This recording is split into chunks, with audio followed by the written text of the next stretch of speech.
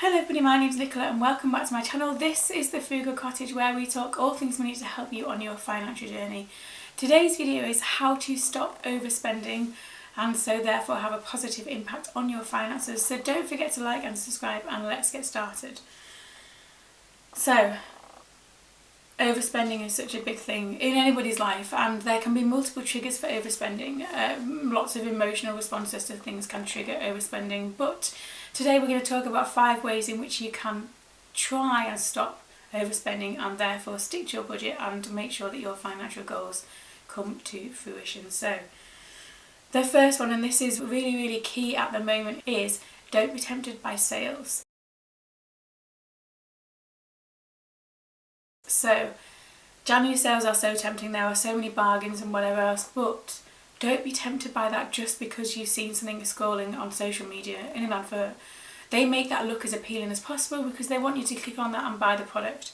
You are still spending money if you buy something, even if it's in the sale, even if it's half price, 75% off, whatever you're buying, you are still spending money. Yes, you've saved X amount on that, but you're still spending money. And so do you really need it? Is it kind of a need versus a want? Because most of the time impulse buys are definitely a want versus a need. And intentional spending, mindful about where your money goes. Is this something that will improve my life? Do I really need it? Do I have something similar? Probably. So just be mindful of that when there are sales around. The easiest way to avoid sales is to unsubscribe to all those emails that ping constantly about sales, especially during January. And that links to point number 2. So the worst thing to do, and social media plays a big part in this, is to be influenced by social media content. I mentioned that in point number 1, but it's very much most of it is a marketing exercise, isn't it? And so if you unsubscribe from all of those emails from your favourite shops, you're not going to miss out. If you need something, you'll go to them anyway. Your YouTubers that post hauls all the time, 1 or 2 maybe might be alright, but if they're constantly showing you new products and new products and new products and you need this for your kitchen and I've got all this and I've done my bathroom again and whatever, it's just feeding into the sense that you need that as well for your life to look like that and your life to be good in that respect.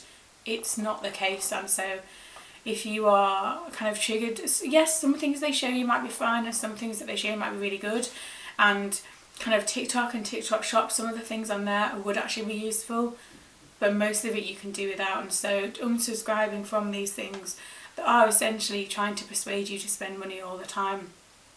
Just be mindful of how your own kind of sense of where you are in your life and what you feel like is impacted by seeing all that on social media all the time, and how it affects your mood in terms of whether you think you've got enough or not. It's an interesting. I know that I spend more if I spend more time on social media than I should do. I know that. I'm be the first person to admit that, especially stuff for my children, because I'm apparently a sucker for adverts that advertise things for my children. But it's, yeah, just be mindful of that and unsubscribe if you are finding that you are tempted far too often. The third one is to don't have your credit card or debit card information saved. So I know that this is to help you, to make it easy to buy things, to help you to reduce the time it takes. However, by saving your debit card information or your credit card information into a website or an app or whatever, essentially means that you kind of have to skip out the typing all those numbers in and kind of thing, and it's just 1 click versus quite a few clicks. The easier it is for you to buy something, the more likely you are to buy it. So with all these 1-click purchases, or your thumbprint or whatever to pay on your phone or things like that, it makes it all too easy to pay for that. And it's so, for me, if I have to go and find my purse and type all my card information out and find it first of all, and I'm less likely to buy it than if I have seen something and go, oh yeah, click purchase, that's done. I'm much more likely to do that. I have spoken before about having to delete the Amazon app on my phone.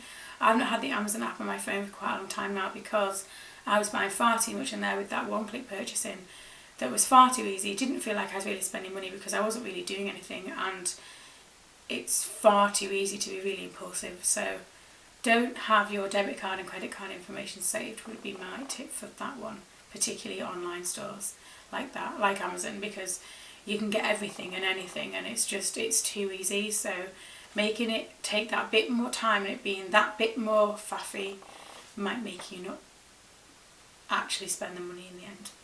Tip number 4, and again I talk about this all the time on here, but tip number 4 is to use the cash envelope method.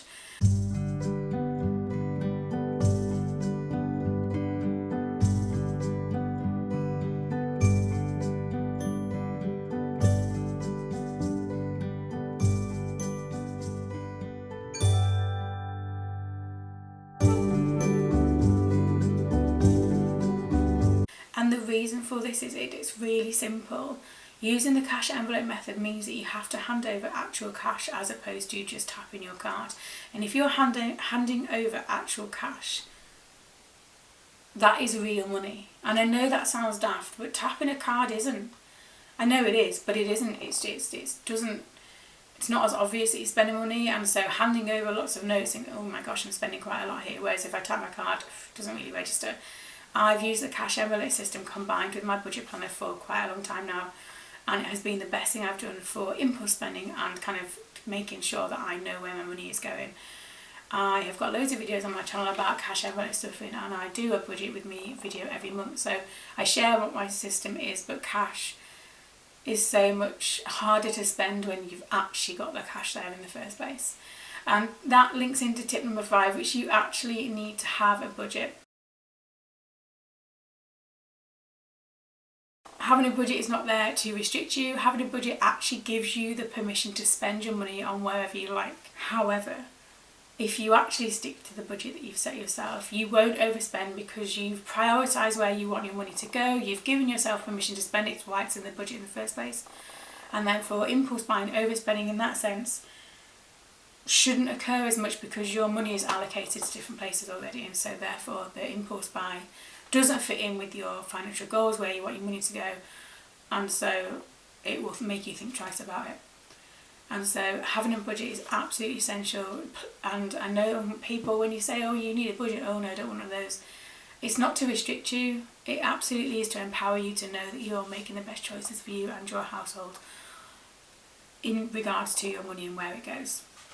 But those 5 tips will hopefully help you to stop overspending, or at least to think about it slightly more before you click that buy button, and therefore help you to achieve your financial goals that you want, that you've set yourself for the year or whatever, and therefore overspending and getting more things in your house is not part of that plan. So do you agree with me? Do you have any more tips for how to stop overspending? Let me know down below in the comments. And as always, thank you for watching. Don't forget to like and subscribe, and I'll see you again very soon.